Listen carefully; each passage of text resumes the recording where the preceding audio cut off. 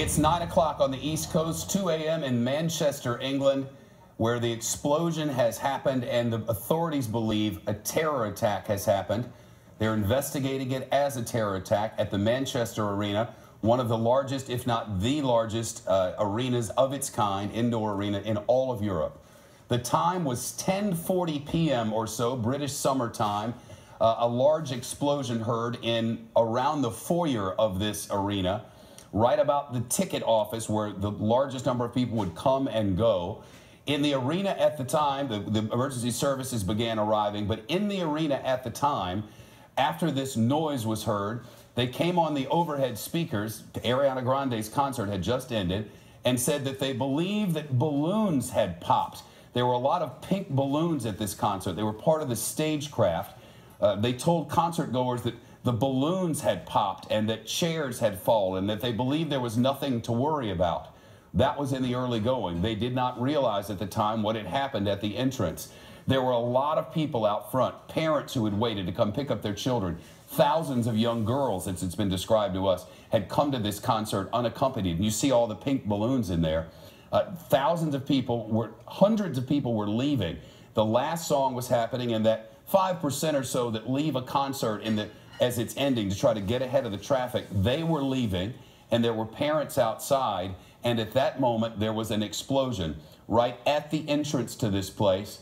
And before it was all over, emergency service confirmed 19 people dead, more than 50 injured, as Tucker just mentioned.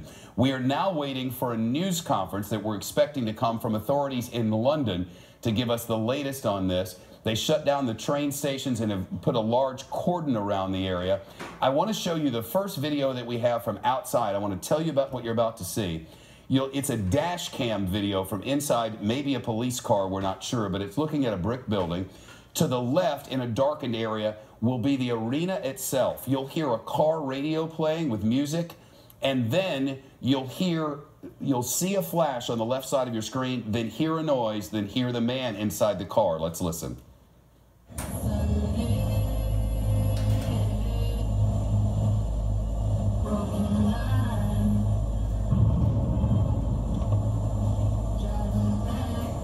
In the car. No. Realizing that something horrible had happened at that arena.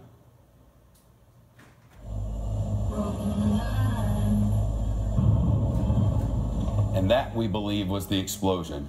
As it's been described to us, there was chaos inside that building. Children running for the exits, a mad scramble to get out the doors. Some of those doors blocked with people, some who had fallen and no doubt were injured in an attempt to exit. There were parents and others running into the building. They'd witnessed the explosion on the outside. They'd seen the bloodied people outside and the bodies, frankly, lying on this large entry area, huge concrete area, like might be outside any large basketball arena in the United States. Some live pictures coming to us from Sky News in the United Kingdom that show kind of the chaos coming in. These are the stairwells as people were exiting, trying to get to the train stations which were nearby, running down the stairs and hauling for the exits. As all of this was going on, we were getting reports. For instance, this one from the timing of the explosion is 30 hours after the president had issued his call against terrorism in the area as he was speaking in Riyadh in Saudi Arabia. And we were getting from different news organizations there information, for instance, from the BBC. One caller to the BBC, Emma Johnson, said that her husband and she were at the arena to pick up their daughters who were aged 15 and 17. She said, quote, "It was definitely a bomb. It was definitely in the foyer. We stood there at the top of the stairs and the glass exploded. It was near to where they were selling the merchandise." So the concert, the T-shirts and all the rest that go along with something like that. Quoting now, "The whole building shook.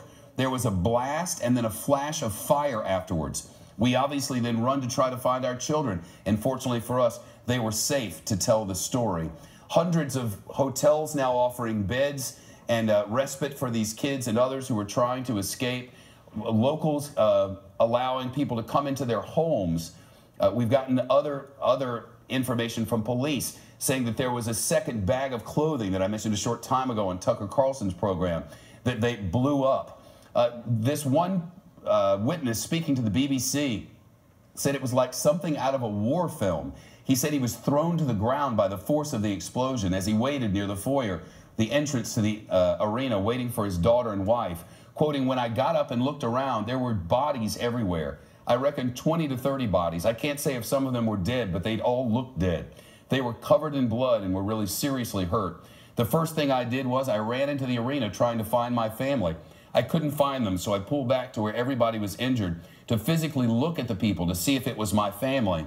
At the same time, I started helping the emergency services as best I could while trying to get a hold of my family." He eventually found his family, says the BBC, who were safe, but said that there were, quote, "kids and teenagers just lying there and screaming."